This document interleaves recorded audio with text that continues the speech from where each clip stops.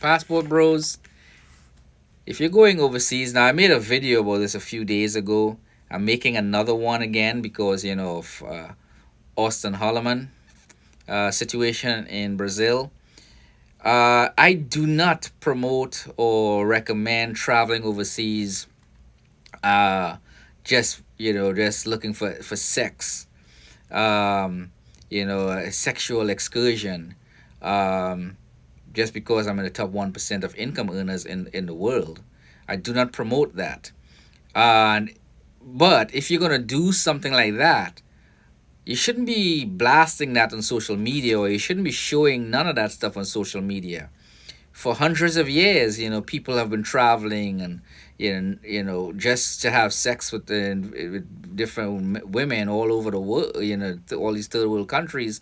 There's an epidemic in parts of Africa where the Chinese have left so many you know fatherless children. I mentioned that in another video. But again, it's not blasted on social media where uh, it put these people in a poor light. You have to keep in mind there's culture, there's heritage, there's national pride involved, and you may not have to worry too much about women, but the men who are there to protect and provide for their women, they will be highly offended by something like this, and they will seek you out, and in some cases you will die for certain things like that. So always be respectful where you go, and focus on finding a wife. I was a passport bro until I found my wife. I have no interest or desire to travel anywhere to any third world country just for the hell of it, um, to frolic with the women there. If I do go to one of those other third world countries, I'm not going alone. My wife will be coming with me. When that, if I ever do something like that, um, but say that relationship goes south for whatever reason, and however long from now, then I'll revisit traveling again to find another wife. When you keep traveling just for sex, and you're jumping from country to country, you drastically increase the chances of exposing yourself to the the bad elements of those culture, and especially if you're blasting it on social media, you put things in a bad light, because these people have access to the internet, and they'll be looking at it, and their men in particular will be looking at that stuff. What Austin Holloman did was, obviously he wasn't trying to um, put these people in a bad light, but he's running a YouTube channel, trying, probably making money off that stuff. So that might be his driving force for posting a lot of this stuff. But you know, I talk about MGTOW, having a MGTOW mindset and developing yourself where you have your own place, your own career, and to be financially stable before going overseas.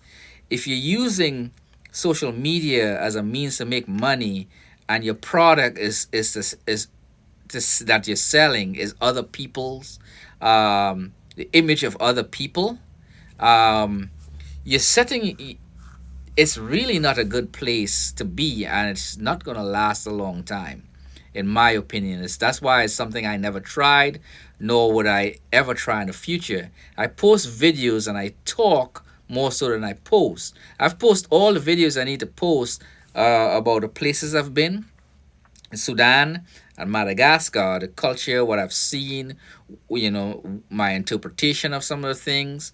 Um, but I'm not going to be interviewing people and doing, I didn't do none of that.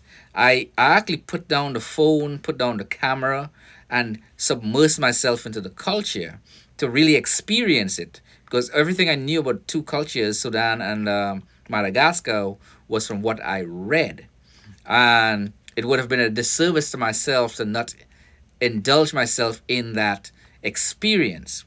And then I will talk about it like I'm doing now and in other videos. If you look at those other videos, there is no doubt, there should be no doubt that I've been to those two countries, because I have videos proving that I've been there.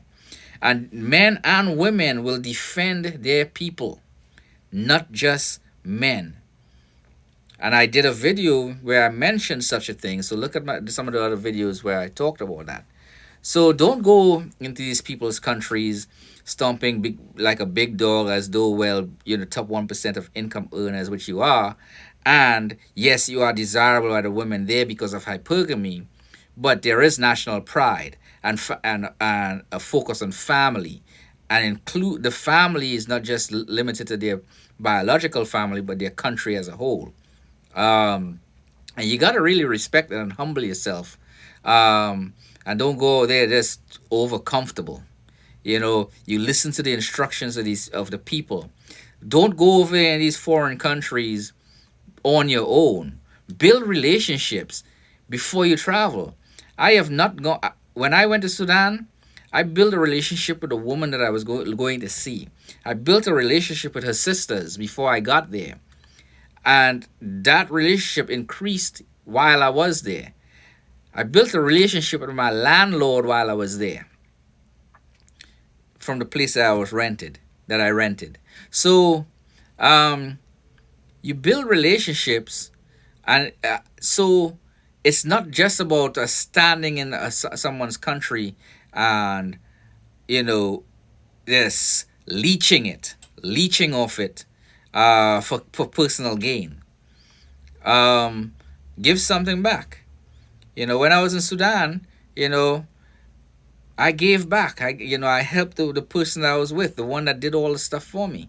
Even though that relationship failed, we are still good friends. We still communicate to this day. So you got to be respectful. Above all things, you got to be respectful of people culture. And to be respectful, you got to be aware. And you got to go in there with as much information as possible about the culture. When I went to Madagascar, it's the same thing. I went with a purpose. The woman knew why I was coming, and I knew where I was going. The other women that I was going to see knew why I was coming, and I knew why I was going. But I didn't jump from woman to woman while I was there. My focus was clear, and I didn't use the other women that I didn't bother to be with. I chose the woman that I chose to be my wife, and didn't bother sleeping around with the other women. And the other women were gorgeous and were ready, willing, and able to have an intimate relationship with me. Even right now, one of them is still ready, willing, and able to be in an intimate relationship with me, knowing that that I have a wife now. So, but I'm not entertaining that, right? So you got to have that respect, and you got to have a focus, and you have to have a purpose. You go in armed with knowledge. I knew about a lot about the Malagasy culture, about things they didn't even really weren't even really familiar with. They were surprised that I knew about the various tribes when I asked, "What tribe are you from? Are you affiliated with?" They were surprised that I knew about their queens and the various queens that came before that, and the things that they've done. They were surprised that I knew about the crocodiles, how they value crocodiles in that country, in a certain village and out in the wild, and some of the cultural stuff there. You know, but all that was book knowledge. They were surprised that I knew about the taboos, the various taboos, and surprised that I would ask about what's the taboo here compared to what's the taboo, say, in another city or another village. You know, and they were willing. They were eager to answer those questions. They were surprised that I knew about the different stages of marriage. How to, the dowry and the rituals involving all that, in such details. So you gotta go in there with some respect. You gotta go in.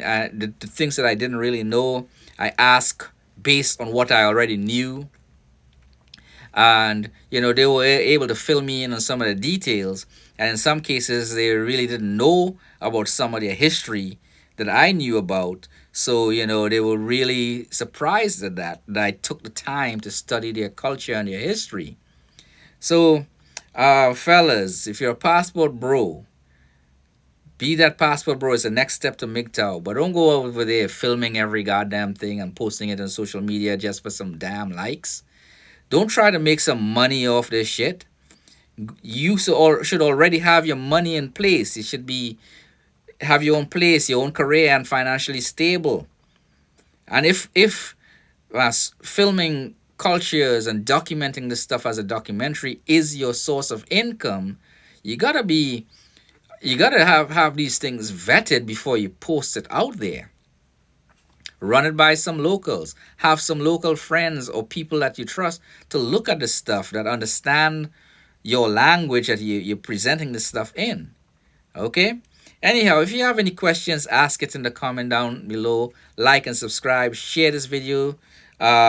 Obviously, I'm no longer in the. I do consider myself a passport bro, but I'm no longer actively um, involved in its participation. I already have my wife. If for some reason that relationship goes bad, then I'll rejoin, become more active in that movement, for lack of a better term, in the future. But those of you who are now coming along and you're looking to, be and you're active as a passport bro, heed my words. Learn from the other passport bros that have traveled. Keep all this stuff to yourself. Keep certain things to yourself. It doesn't need to be on the internet, because it can be interpreted poorly by the locals, and that will make things bad for everyone that's actually going out here looking for wives. Anyhow, you all have a good day.